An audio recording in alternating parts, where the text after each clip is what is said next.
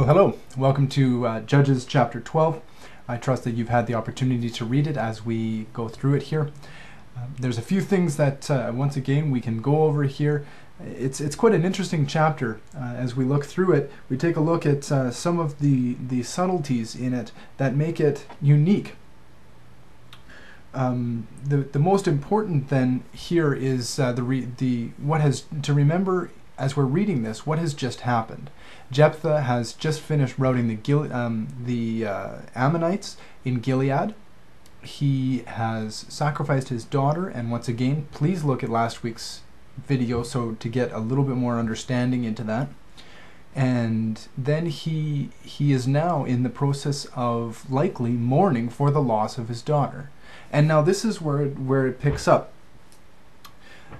So the Ephraimites on the other side of the Jordan, keep in mind the Ammonites came across the Jordan, and I'll show you that photo once again of that section where the Ammonites camped.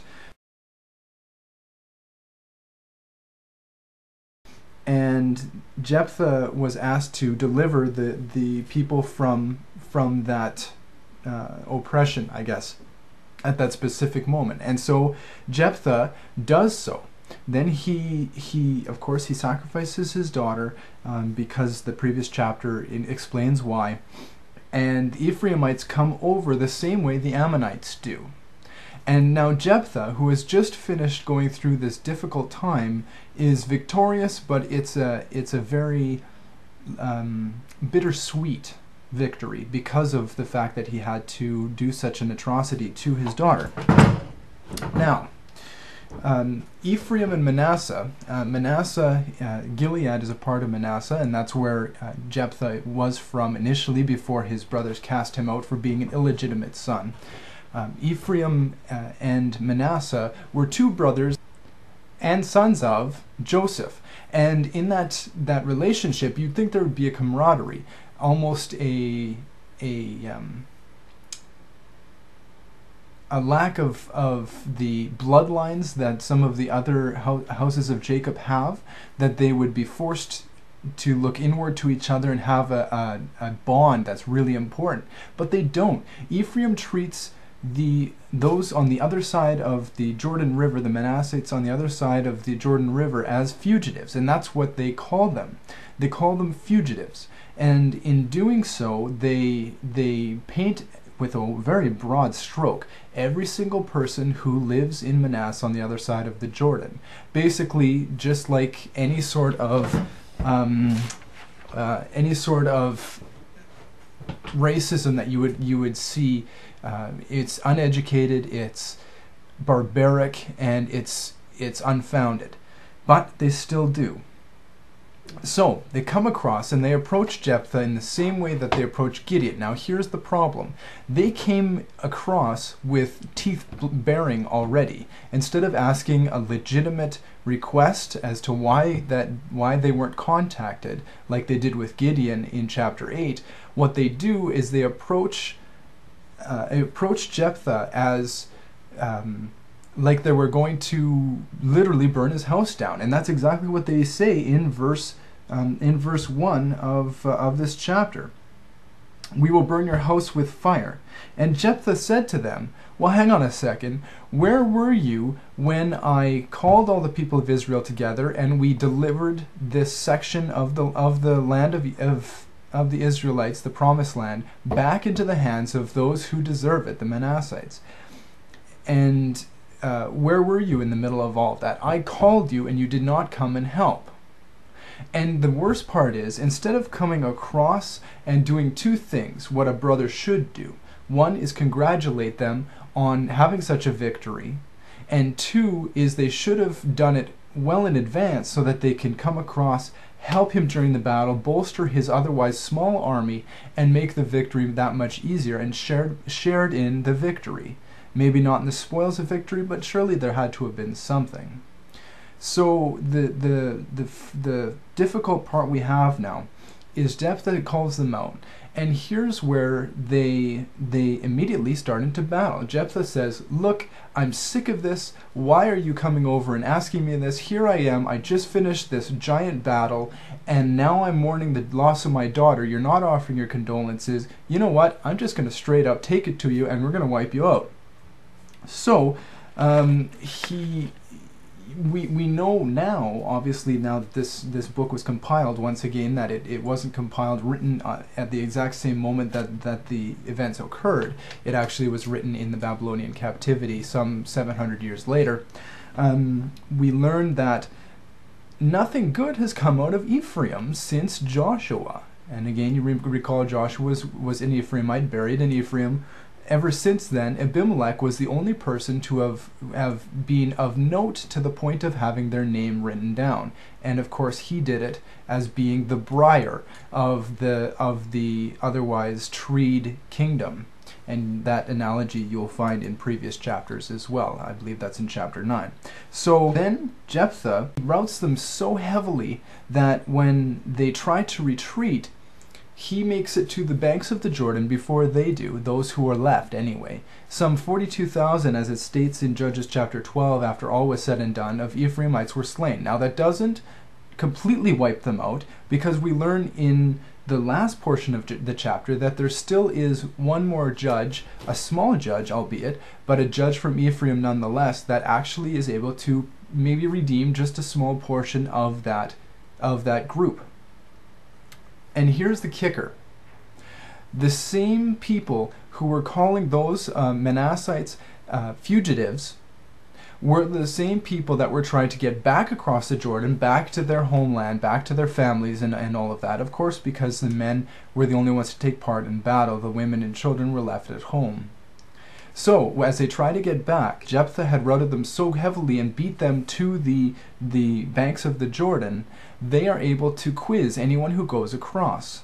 And the quiz is this.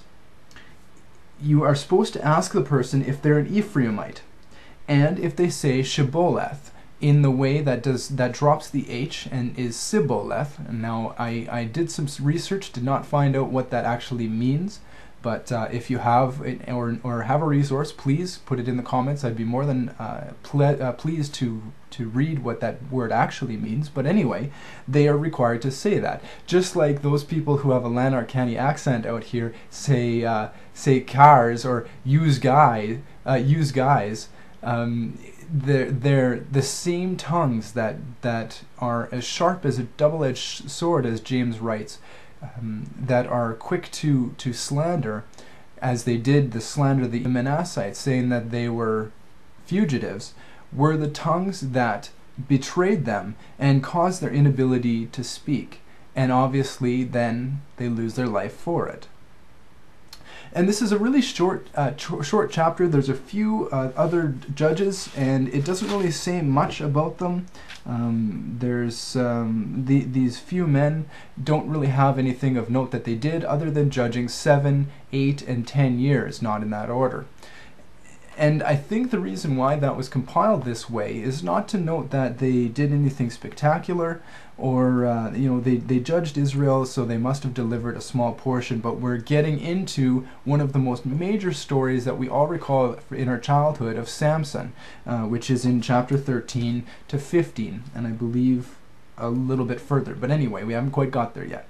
So the judges of note here are really written down just to give the duration of time given between Jephthah's judging 7 years past when he dying 7 years past when he judged, which could probably be attributed to the things that he did, the grievance that he had in losing his one and only daughter, and the contrast that we see with the following judges in having 30 sons and 30 daughters, and how Jephthah only had one, and now at this point he had none.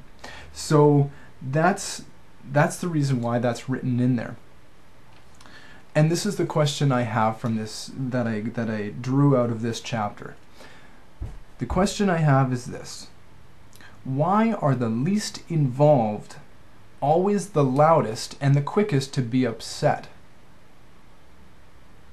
I find that all too often those that are involved in ministry in a great way offer much more grace, because they see that if a ministry is struggling and the person is giving it a good honest go, that there's prayer that needs to happen there, not an unkind word or an unkind look or glare, and maybe a chance to regroup and redo a different type of ministry or what have you. But I find that those people who aren't involved in the church or involved in a ministry of their own, or jealous perhaps like the Ephraimites are here of the successes that Jephthah had, they are the quickest to be upset, because everything is not feeding them the way they so desire.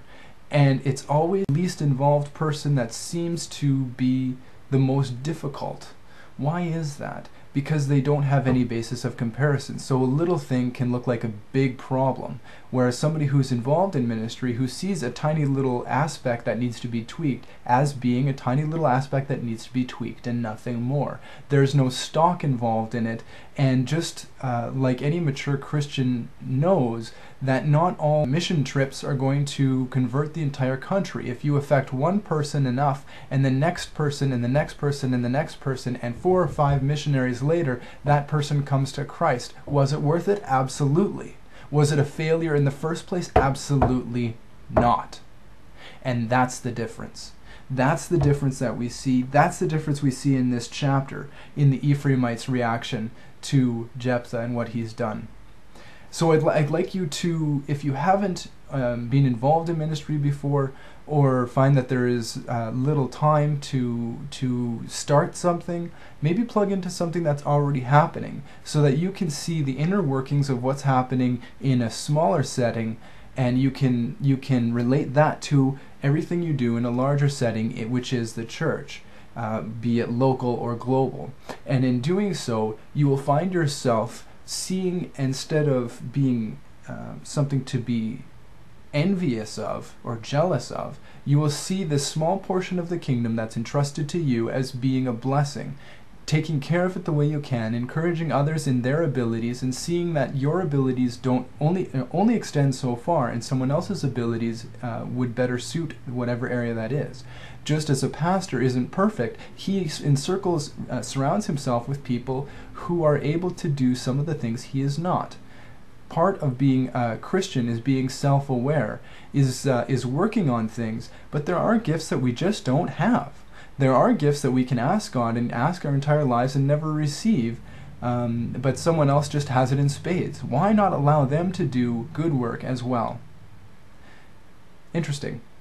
I look forward to going into chapter 13 with you as we tackle the initial portion of the Philistines, which come in from the southwest of Canaan, and that's indicated by that actually has happened just as these last 3 judges judged in those years. The Philistines came up from the southwest, and so it comes at a time where everything looks fine for those number of years. Actually, it wasn't. They were in a certain amount of turmoil initially. It just wasn't written down because a judge hadn't risen yet, and this book is about judges. So we will tackle that next week.